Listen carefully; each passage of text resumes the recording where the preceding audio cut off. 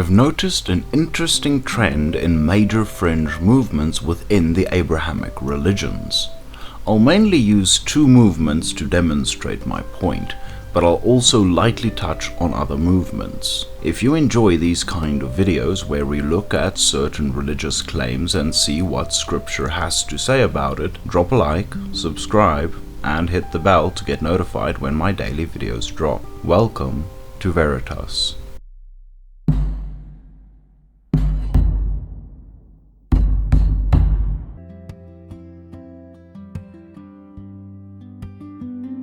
So listen to this and tell me if it sounds familiar. A man gets visited by an angel.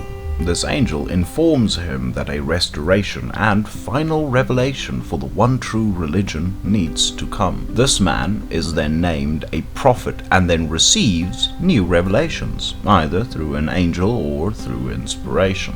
The revelations this prophet receives creates a new movement from inside the dominant religion, which follows this prophet. This prophet reveals that polygamy is accepted. He marries many women, including allegedly underage girls. The prophet also started to get revelations that coincidentally benefited him personally more than the movement. The prophet is also later martyred because of morally reprehensible actions. This sounds like a rather strange and very specific chain of events, doesn't it? If I told you that this actually happened, I'm sure you'll believe me. However, what if I told you that it happened twice? It didn't just happen twice in general. In fact, those exact chain of events, as I said, happened twice. What a massive coincidence, isn't it? I don't believe that. Instead, what I believe is that this is a clear pattern.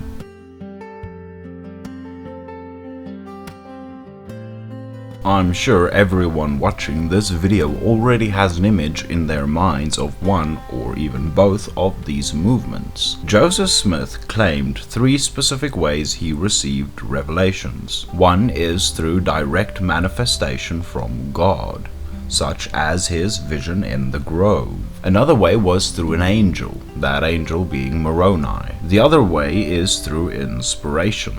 We'll include the Urim and Thummim here for simplicity. Prophet Muhammad claimed revelation through either inspiration or Allah speaking, and through the angel Gabriel, or Jibril as they call him. If that similarity isn't close enough yet, both are called prophets by their respective religions. Both believe they either restored the one true church or received God's final revelation of the one true religion. Both were splinter groups within their own dominant religions, those being Christianity as the base for Joseph Smith, and Arabian polytheism mixed with Judaism and Christianity as the base for Muhammad. Both had a small group of followers initially, but slowly grew their numbers through preaching. Then the people turned against the movement, such as the American mobs against Joseph Smith, or the mockery of Muhammad by the pagans, Jews, and Christians. Both were polygamous and married underage girls. Aisha at 6 for marriage and 9 for consummation for Muhammad,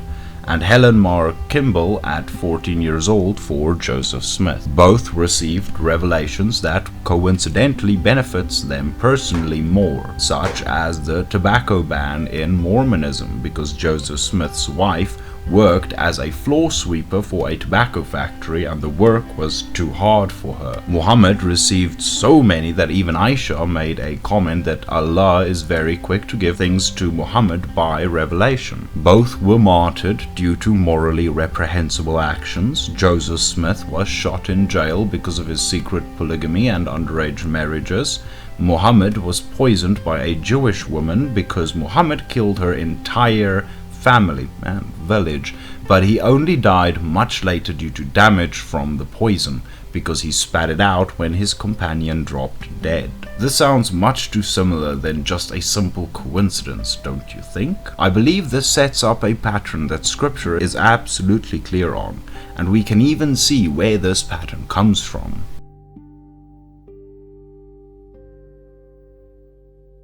The first thing I want to draw your attention to is Matthew 7 verse 16, which says, "Ye shall know them by their fruits. Do men gather grapes of thorns or figs of thistles?" In order to know if someone is from God, we'll know by their fruits. So the very first similarity between Joseph Smith and Muhammad that is addressed in Scripture is that both received their respective revelations from an angel. For this, we can look at Galatians 1 verse 8, which states, "But though we or an angel from heaven preach any other gospel unto you than that which we have preached unto you, let him be accursed." Well, isn't that quite interesting?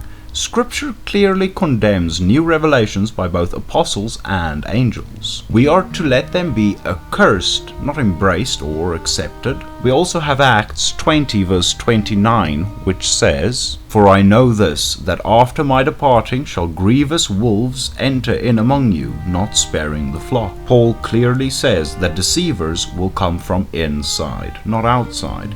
It won't be the enemies on the outside that will take the flock, it's the enemies inside that will. Which again doesn't look good for Muhammad or Joseph Smith, as both came from inside their respective religions. Remember, we need to judge them by their fruits. So what is the next fruit?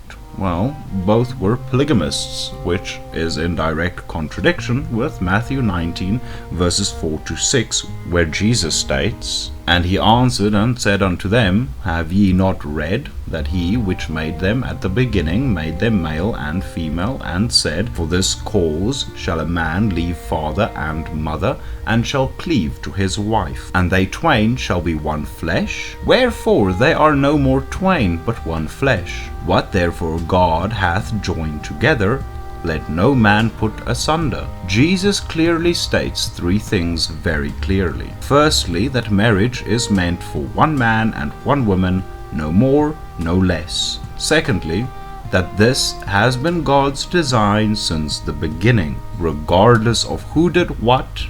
Then thirdly, that divorce is a last resort for adultery and no other reason is acceptable. This also clearly contradicts both later revelations of Joseph Smith and Muhammad. We also have 2 Timothy 4 verse 3 to 4, which says, "For the time will come when they will not endure sound doctrine, but after their own lusts shall they heap to themselves teachers, having itching ears, and they shall turn away their ears from the truth, and shall be turned unto fables." Which is again a very stark contrast to Joseph Smith and Muhammad.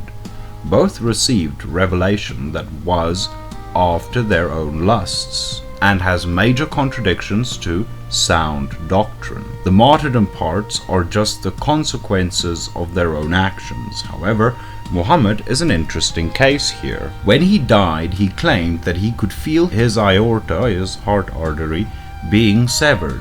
We can see this in Sahih al-Bukhari, Book 64, Hadith 450. The Prophet, in his ailment in which he died, used to say, "O Aisha, I still feel the pain caused by the food I ate at Khaybar, and at this time I feel as if my aorta is being cut from that poison." Which is quite an interesting scenario, since if we look at what Muhammad himself revealed in the Quran in chapter 69 verses 44 to 46, had the messenger made up something in our name, we would have certainly seized him by his right hand, then severed his aorta, which is an interesting coincidence to how Muhammad ended up losing his life. There are also other markers of the pattern among other groups, one of them being prophecy, such as Ellen G. White from the Seventh-day Adventists, Ann Lee from the Shakers, Charles Taze Russell from the Jehovah's Witnesses, and so on.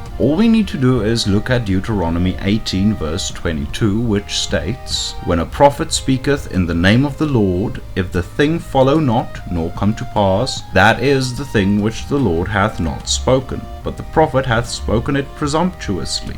Thou shalt not be afraid of him." This clearly says that if a prophecy is made and it fails to happen, it has not come from God, and he is a false prophet. This is clearly meant as a test against false prophets, who aim to deceive the believers of God. So it would seem that the pattern is clear. But where does this pattern come from?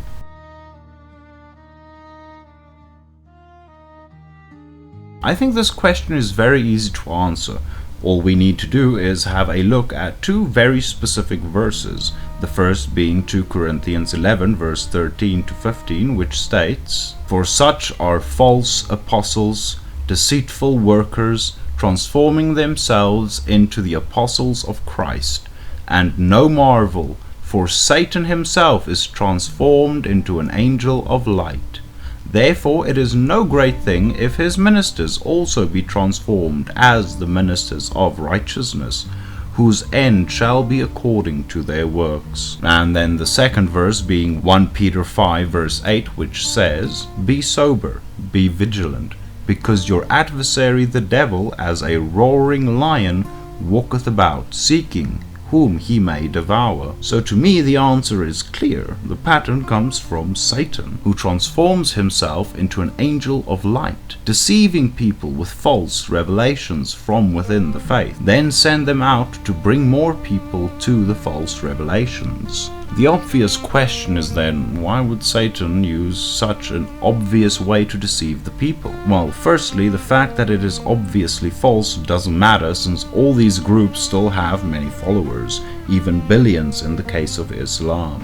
Secondly, we often forget who truly has authority over all things, including Satan.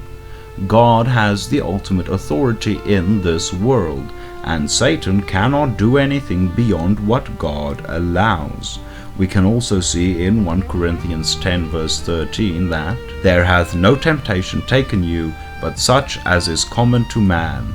But God is faithful, who will not suffer you to be tempted above that ye are able, but will with the temptation also make a way to escape, that ye may be able to bear it." God is faithful, and he will always leave a way open for you to find your way back to him. People underestimate the love that God has for his children.